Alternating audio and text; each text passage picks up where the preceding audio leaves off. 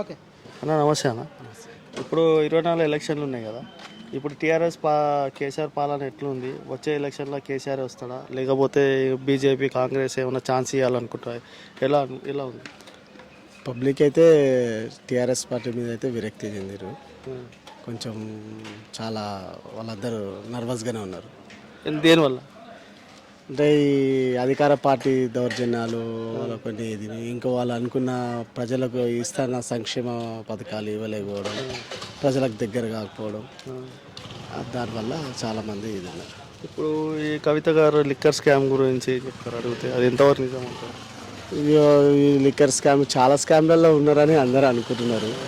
ఈ కొన్ని రోజులలో నిజాన్ని అన్నీ తెలుస్తాయి కదా. మనం కూడా వాళ్ళలాగానే అనుకుంటున్నాము. ఉండొచ్చు, లేనైతే ఎవరైతే ఎంక్వైరీ ఇవి చేయరు కదా, విచారణ చేపట్టారు కదా, ఉంటేనే చేస్తారు. ఇప్పుడు నెక్స్ట్ కేటీఆర్ సీఎం అవుతాడు, బాగుంటుంది అంటున్నారు. అది ఎంతో కేటీఆర్ సీఎం అయితే బాగుంటుంది అంటారు. మాలాంటి వాళ్ళు అయితే అధికార పార్టీ మీద అయితే చాలా నారాజు ఉన్నాం.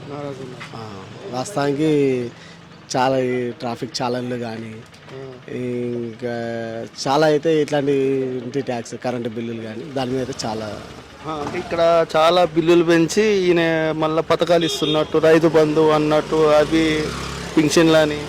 వాస్తవంగా పబ్లిక్ ఎవరు పథకాలను అడుగుతలేరు, మంచి పరిపాలన అడుగుతారు. ఈ పథకాలు ఉచితాలు అని చెప్పేసి పబ్లిక్ని మోసం చేయడం తప్పించి పబ్లిక్ ఏం అంత మేలు జరిగేది ఏం లేదు. ఇప్పుడు ఈ ఉచితాలు ఇవ్వమని ఎవరు అడుగుతారు? ఇన్ని ₹1000 ట్రాఫిక్ ఛాలన్లు వసూలు చేయమని ఎవరు అడుగుతారు? ₹1000 కరెంటు బిల్లులు పెంచాలని ఎవరు చెప్పారు? ఇట్లా ఇవన్నీ పెంచాలే ఉచితాలని పేరున ఇచ్చేయాలి.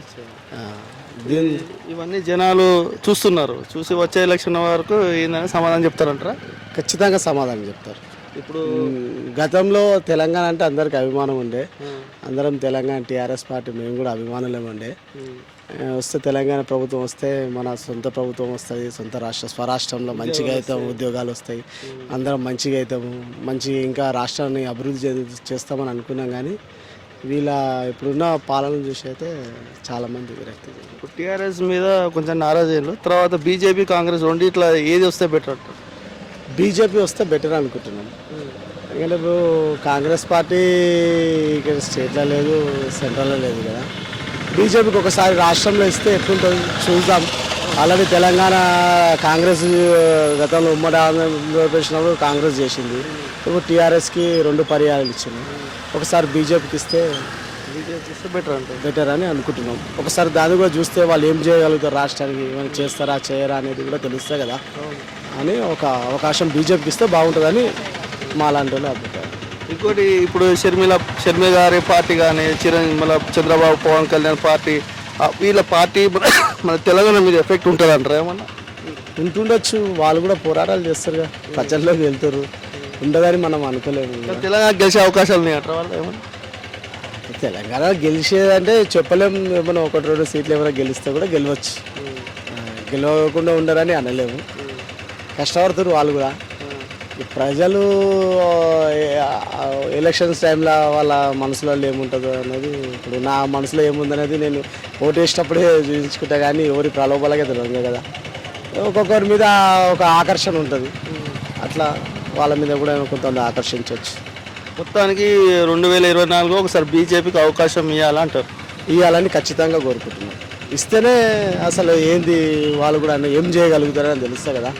ఇప్పుడైతే ఇప్పుడు 10 సంవత్సరాలు 2 సార్లు టీఆర్ఎస్ గవర్నమెంట్కి ఇచ్చినాం, చూసినాం ఇంకేమైనా చేస్తారని. వీళ్ళు ఇదే రోజు ఉచితాలనే ఇంకా అవే మోసము, అది ఫ్రీ ఇది ఫ్రీ అంటారు.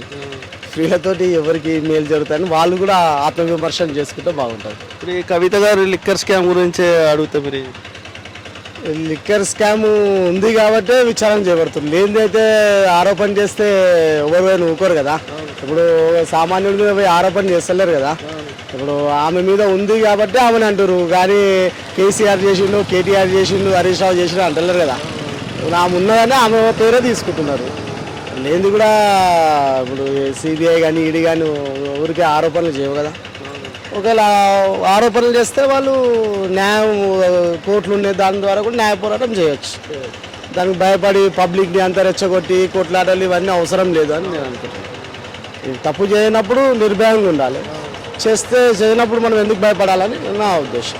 హాయ్ ఫ్రెండ్స్, మా టుడే టుమారో యూట్యూబ్ ఛానల్ చూస్తున్నందుకు చాలా థ్యాంక్స్. మరిన్ని లేటెస్ట్ వీడియోస్ కోసం వెంటనే సబ్స్క్రైబ్ చేయండి. అలాగే ఈ బెల్ ని కూడా రింగ్ చేసేయండి. మా నోటిఫికేషన్స్ అన్ని మీ మొబైల్లో వస్తాయి.